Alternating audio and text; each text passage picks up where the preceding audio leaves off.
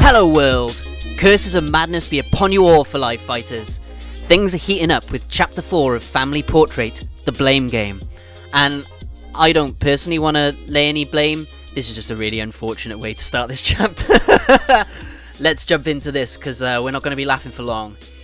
Okay, I know what you're thinking. You want me to tell you if Pat's really a goner. Well, I can't. Not yet. First we gotta rewind. Watch Gibraltar talk his way out of this one. Are you insane? I might be. Are you stalking me? No, what if Michael saw you? Michael's here? No, he's not. But he could have been. Is that... Koa, you kept the battle club. It's called a Patu. And of course I did. You had it custom made. I forgot I put Little Mouse on there. I really didn't know you'd be here. It was a gamble. And Don't say it. You're always sorry, Koa. After what I did. Stop. I won't relive this with you again. Michael and I are finally on a good path. I can't derail that. I don't want you to. But you keep playing what if. And I need to live in what is. Do you really want to close this door? I have to. Not what I asked. Koa. Kaboo. God damn it. Hey, compadre. Nobody said this story had a happy ending. Damn. There's no blame to be laid. This is a good chapter, man. Again, like last week, short and sweet. Very short, seemingly. Singular focus just in on Gibraltar like last week's was on Lifeline and her family. Octane again being a dick about it. Okay, alright. You want me to tell you if Pat's really a goner? We all know that Pat's okay, but I love that he's keeping up this act. And yeah, this chapter really does a lot for Gibraltar. I don't like this panel in that this expression just doesn't match the sensation of the dialogue that it goes with. It makes sense as like a lead-in. But yeah, neither of the actual sentences that Nick gets to say fit his visual depiction to me, which is unfortunate, because as the chapter progresses, the visual depiction is actually really good.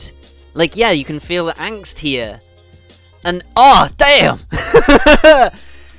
You can feel that chemistry here. Like, there's a magnetism between these two that they're showing it more physically.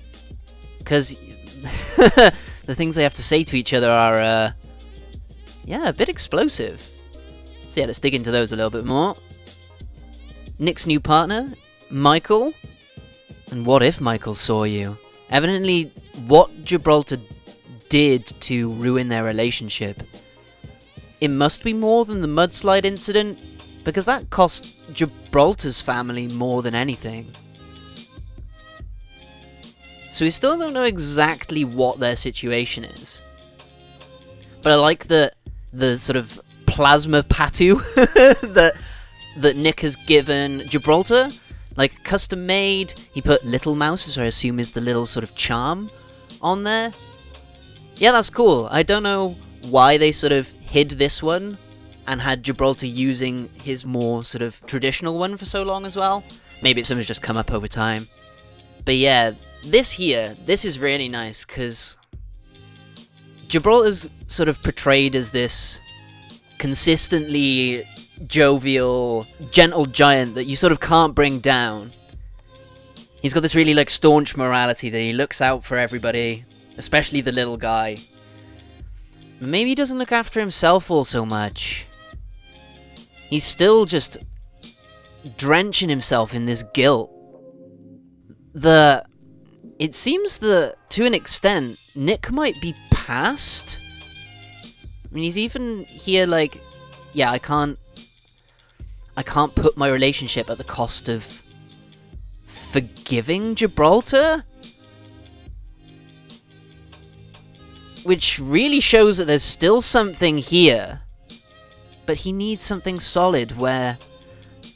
Gibraltar, for as solid as the guy is, his foundations are cracking a bit, and the guy has flaws. He's willing to sacrifice someone else's relationship for what he wants. Like, he's not just a paragon of virtue. He's a human being, man.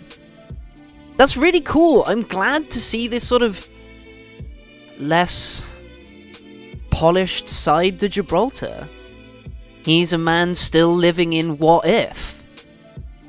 He's still living back in his 20s when he remembers being young and in love, and is now, again, drenching himself in the regret and guilt of something that I'm totally not attaching to or relating to at all here. I've never experienced this. This isn't good emotive character writing because it's so relatable. I hope you don't have to express the sarcasm there. Yeah, this is good. I like this. I've probably been here. I've probably been this guy, man. I've felt this way and known that I've been not the best. No! I know I've been not the best person. You need to know where to lay blame. That's server's full. Everyone's reading the comic. Everyone's getting super invested in the blame game. I'm not laying any blame on anyone. I'm keeping that in this video. It's a relatively short chapter. It's really nice and focused. I don't think there's too much to draw out of it. I do like this, I wonder if there's an actual statue this is more familiar to. Because I like the whole Marvin bonding with human shtick. And I wonder if this is meant to be Pathfinder. That'd be really silly. But they always with the birds and robots, man. What is it with birds and robots? Having seen a little bit of Titanfall I footage recently, the whole mechanized life versus organic life thing seemed to be much more of a prevalent theme back then. That I hope sort of comes back a bit more, especially if Ash is going to turn up. And if she does, yeah, I don't see any happy endings for anyone exactly. But at least we know now sort of how Gibraltar got out to go get his gear. He haven't seemingly had the Patu with him as Nick spotted it. And yeah, Octane rounding out exactly the way he knows how. Yeah, this chapter was pretty powerful, man. Less clues on the Phoenix Rising that I sort of wanted. But hey man, I'm never going to shy away from some juicy romance and some expansive character flaw. It's cool to see, man. I hope that Gibraltar can get over what he did. I hope that a lot of people can get over what he did, but maybe that's not on the cards for him yet. But hey, next chapter. And as as Octane says, nobody said the story had a happy ending. The conflict has to kind of continue. If Apex wants to stretch out its longevity as much as it can and keep up this ongoing, consistent narrative, yeah, we're going to be seeing strife on strife, man. And I'm here for it. I'm definitely here for it. Yeah, the Blame game was a great chapter to round out this week.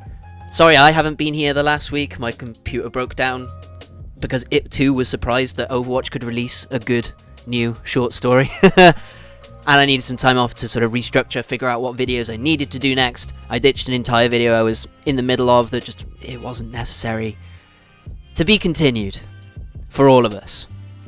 I hope you enjoyed this week's chapter, because I certainly did, for as short and sweet as it was. Again, it was really focused in on what we needed to know. And hopefully next week we get to actually jump past the explosion. I'd kind of like to see plot-wise where this is going now. Like, we're all heavily emotionally invested. Let's kick things into full-on high gear. No blame to be laid this week. I super enjoyed myself. I hope you did as well. Thank you for staying with me and listening to my rambly-ass thoughts. I've been Euclidean Vision, the emotional support. Take care of yourselves out there, teammates. and may the glorious light of Baskerville shine within you. Bye bye.